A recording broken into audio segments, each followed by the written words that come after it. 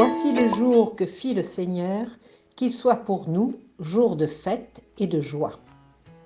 Évangile de Jésus-Christ selon saint Jean. En ce temps-là, Jésus se manifesta encore aux disciples sur le bord de la mer de Tibériade. Et voici comment. Il y avait là, ensemble, Simon-Pierre avec Thomas, appelé Didyme, c'est-à-dire jumeaux, Nathanaël de Cana de Galilée, les fils de Zébédée et deux autres de ses disciples. Simon-Pierre leur dit : « Je m'en vais à la pêche. » Ils lui répondent : « Nous aussi, nous allons avec toi. » Ils partirent et montèrent dans la barque. Or, cette nuit-là, ils ne prirent rien. Au lever du jour, Jésus se tenait sur le rivage, mais les disciples ne savaient pas que c'était lui. Jésus leur dit : « Les enfants, auriez-vous quelque chose à manger ? » Ils lui répondirent : « Non. » Il leur dit : « Jetez le filet à droite de la barque et vous trouverez. » Ils jetèrent donc le filet, et cette fois, ils n'arrivaient pas à le tirer, tellement il y avait de poissons. Alors, le disciple que Jésus aimait dit à Pierre : « C'est le Seigneur. » Quand Simon-Pierre entendit que c'était le Seigneur, il passa un vêtement, car il n'avait rien sur lui, et il se jeta à l'eau. Les autres disciples arrivèrent en barque, traînant le filet plein de poissons. La terre n'était qu'à 100 mètres. Une fois descendus à terre, ils aperçoivent disposé là un feu de braise avec du poisson posé dessus et du pain.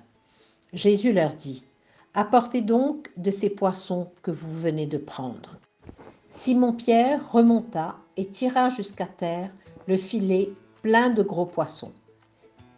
Il y en avait 153, et malgré cette quantité, le filet ne s'était pas déchiré. Jésus leur dit alors : « Venez manger. » Aucun des disciples n'osait lui demander : « Qui es-tu » Il savait que c'était le Seigneur.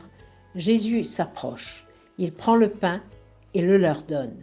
Et de même pour le poisson. C'était la 3e fois que Jésus, ressuscité d'entre les morts, se manifestait à ses disciples. Parole du Seigneur.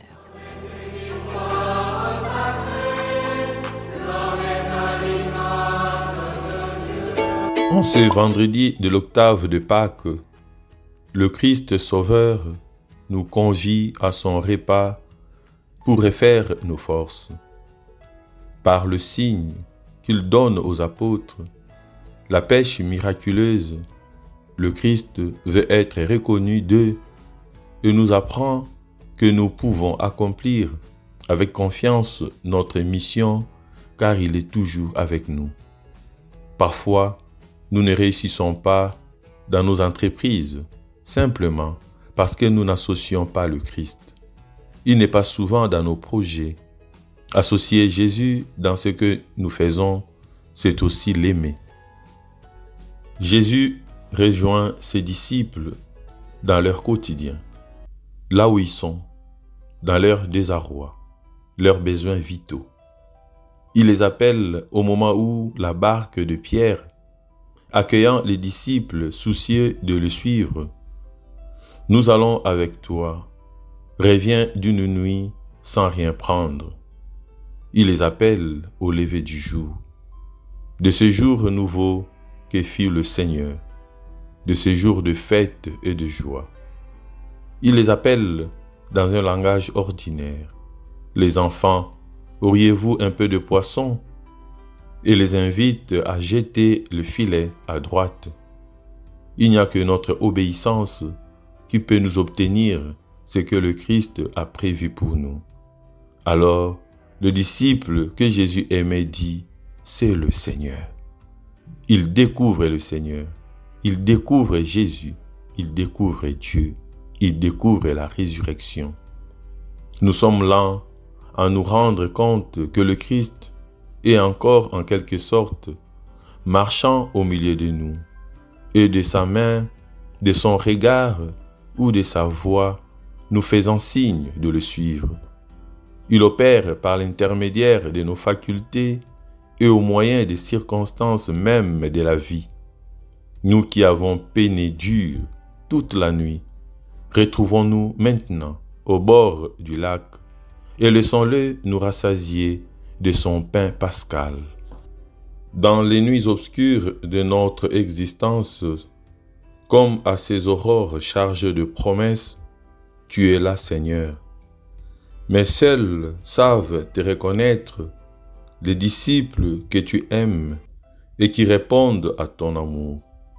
Donne-nous cet amour qui rend le regard prompt à discerner partout ta présence. Toi, le Seigneur, à jamais. Amen. Les apôtres et tous les disciples qui étaient troublés par sa mort sur la croix et qui doutaient de sa résurrection furent fortifiés de telle manière par l'évidence de la vérité que lorsque le Seigneur monta au ciel, non seulement ils ne furent pas tristes, mais ils se remplirent d'une grande joie.